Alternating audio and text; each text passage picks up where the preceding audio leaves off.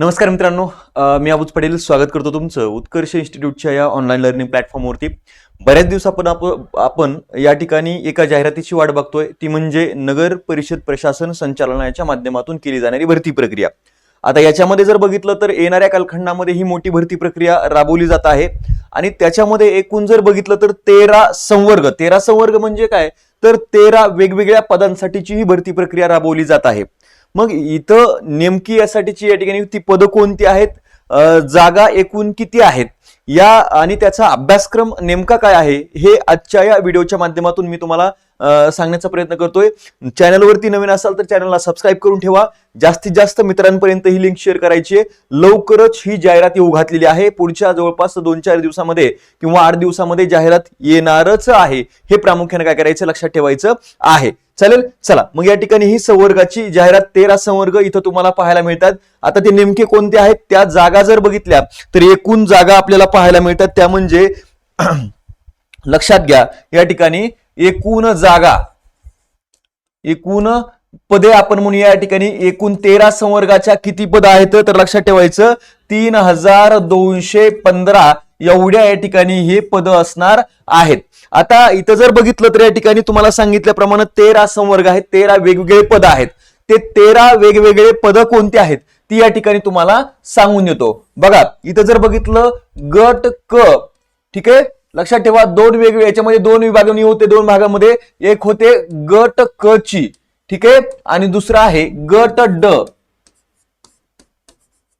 ठीक आहे. आता इथं जर बघितलं तर गट क मध्ये समाविष्ट असणारी पदं कोणती आहेत, याच्यामध्ये एक जर बघितलं तर वरिष्ठ लिपिक, वरिष्ठ लिपिक.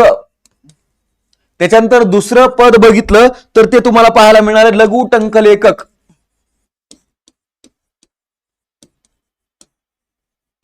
लघु टंकलेखक. त्याच्यानंतर तिसरं याच्यामध्ये पद असणार आहे ते म्हणजे कोणतं, तर लक्षात ठेवायचं वाहन चालक,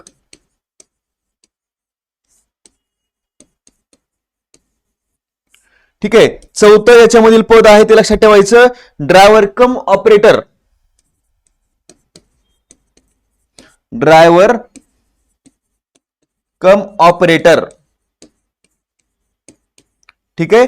तर याच्याकडे दोन्ही काम असतील, ठीक आहे. त्याच्यानंतर पाचवं जे पद याच्यामध्ये असणार आहे लक्षात ठेवायचं ते म्हणजे इथं प्रामुख्यानं लक्षात ठेवायचं की यस वरिष्ठ लिपिक टंकलेखक, लिपिक टंकलेखक आहे, लिपिक टंकलेखक. आणि 6वं जे पद असणार आहे ते लक्षात ठेवायचं शिपाई. ही या ठिकाणी तुम्हाला पाहायला मिळतात. त्याच्यानंतर जर बघितलं दुसरं आपल्याला पाहायला मिळतंय ते म्हणजे कोणतं आहे, तर लक्षात ठेवा याच्यामध्ये असणार, आता हे गट क ची नाही येत, लक्षात ठेवा हे वेगवेगळे संवर्ग फक्त तुम्हाला सांगतोय, हे डिवायडेशन नाही येते. याच्यामधले काही वरिष्ठ लिपिक असेल, लघु टंकलेखक असेल, त्याच्यानंतर लिपिक टंकलेखक असेल, ही गट क ची पदं येतील. आणि सोबतीनं इतर काही याच्यामध्ये जर बघितलं, आता आणखीन काही पद 7 नंबर जर बघितलं या ठिकाणी तुम्हाला पाहायला मिळेल गाळणी चालक, चालक, किंवा याच्यामध्ये याला म्हटलं गेलं लक्षात ठेवायचं प्रयोगशाळा सहाय्यक, प्रयोगशाळा सहाय्यक, ठीक आहे. त्याच्यानंतर 8व्या क्रमांकाचं हे जर पद बघितलं तर या ठिकाणी तारतंत्री, तारतंत्री, किंवा यालाच वीज तंत्री असं सुद्धा म्हटलं जातंय. 9व्या क्रमांकाचं जे आहे पंप ऑपरेटर,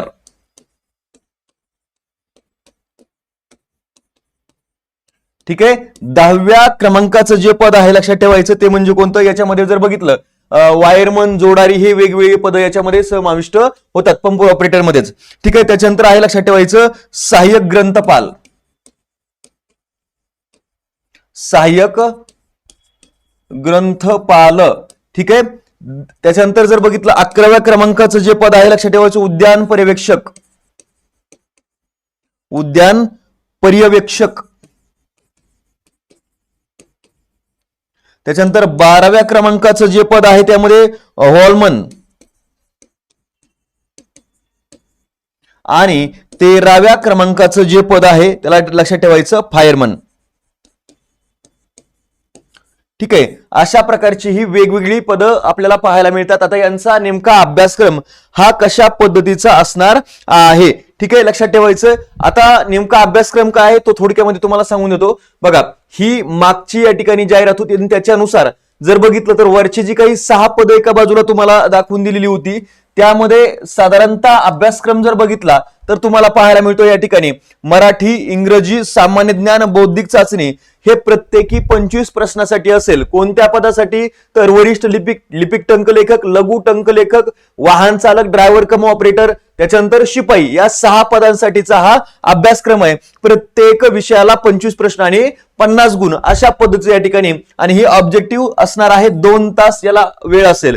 ठीक आहे, त्याच्यानंतर दुसरी जी काही इतर या ठिकाणी पदं आपल्याला पाहायला मिळतात त्यामध्ये जर बघितलं तर या इथं जर बघितलं तुम्हाला लक्षात येऊन जाईल. बघा कोणती कोणती पदं येतं त्यामध्ये गाळणी चालक, ज्याला प्रयोगशाळा सहाय्यक म्हणलं जातंय, तारतंत्री किंवा वीजतंत्री, ऑपरेटर त्याला जोडारी किंवा वायरमन सुद्धा म्हटलं जातंय. नंतर सहाय्यक ग्रंथपाल, उद्यान पर्यवेक्षक, वॉलमन, फायरमन, ही जी काही पदं आहेत यांच्यासाठी अभ्यासक्रम जर बघितला तर या ठिकाणी मराठी 15 प्रश्न आहेत, त्याच्यानंतर इंग्रजी 15 प्रश्न आहेत, सामान्य ज्ञान 15 प्रश्न आहेत आणि बौद्धिक चाचणी. आता बौद्धिक चाचणीमध्ये मॅथ्स आणि रिझनिंग दोन्हींचाही समावेश होत असतो. हे प्रामुख्याने काय करायचं लक्षात ठेवायचंय, हे प्रत्येकी 15ला म्हणजे की जर हे 60 झाले आणि त्या हे जे काही पद आहेत हे जर पद बघितले तर काय असणार आहे तर लक्षात ठेवायचं की त्यांना त्या पदाच्या संदर्भामध्ये काय असणार आहे अभ्यासक्रम असणार आहे. म्हणजे तांत्रिक विषयाशी संबंधित हे 40 प्रश्न या ठिकाणी विचारले जातील. मग त्यासाठी गाळणी चालक असेल, प्रयोगशाळा, तिथं जो काही अभ्यासक्रम आहे किंवा त्याचं जे काही एज्युकेशनल क्वालिफिकेशन्स आहे त्या एज्युकेशनल क्वालिफिकेशनशी रिलेटेड असणारा हा अभ्यासक्रम, आणि त्या अभ्यासक्रमावरती हे 40 प्रश्न 80 मार्कासाठी असणार आहेत. हे प्रामुख्याने काय करायचं लक्षात घ्यायचं आहे. ठीक आहे, चला. आणि इथं जर बघितलं 15चं इथं 30 असलं, इथं या ठिकाणी लक्षात ठेवायचं बरं का. 30 इथं 30 इथं 30 आणि इथं 30 म्हणजे 30 30 30 आणि 30 हे जर 120 आणि हे 80 असे 200, तो चुकून 50-50 झालेलं आहे. हे प्रामुख्याने लक्षात घ्यायचं आहे. आणि माध्यम जे असेल, आता इथं जर बघितलं तर ऑनलाईन पद्धतीने असल्यामुळं इथं दिलेलं जरी असलं मराठी तरी दोन्ही भाषेमध्ये तुम्हाला प्रश्न येऊ शकतात. हे प्रामुख्याने काय करायचं लक्षात ठेवायचं.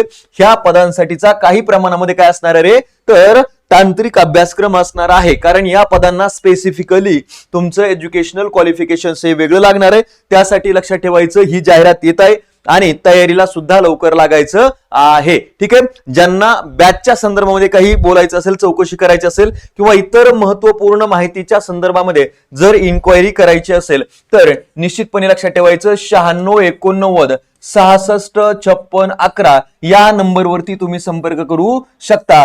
आपल्या या ठिकाणी ज्या बॅचेस आहेत त्या उत्कर्ष इन्स्टिट्यूट, लक्षात ठेवा उत्कर्ष इन्स्टिट्यूट या ऍप वरती तुम्हाला उपलब्ध करून देण्यात आलेले आहेत. आणि लक्षात ठेवा डिस्क्रिप्शन बॉक्स मध्ये लिंक आहे, तिथंही नंबर सुद्धा दिलेला आहे, तिथून तुम्ही ऍप डाउनलोड करून घ्या आणि इत्थंभूत या ठिकाणी माहिती तुम्हाला तिथे मिळेल. त्याच्याही व्यतिरिक्त काही डाऊट असतील तर तुम्ही या ठिकाणी व्हॉट्सअपला मेसेज करू शकता, कॉलही करू शकता. ठीक आहे, या पद्धतीने या ठिकाणी ही जाहिरात आली आहे, बऱ्याच दिवसापासून वाट बघतोय. तर आता आपण या ठिकाणी या तयारीला जोरदार तयारीला लागायचं आहे. हे वर्ष महत्वाचं, या वर्षभरामध्ये मिळेल ती पोस्ट आपल्या हातामध्ये असणं गरजेचं आहे. ठीक आहे, चला मग आजच्या या व्हिडिओच्या माध्यमातून जी महत्वपूर्ण माहिती आहे ती जास्तीत जास्त मित्रांपर्यंत शेअर करा. आणि जर चॅनलवरती नवीन असाल तर चॅनलला सबस्क्राईब करायला विसरू नका, लाईक करायला विसरू नका. Thank you so much.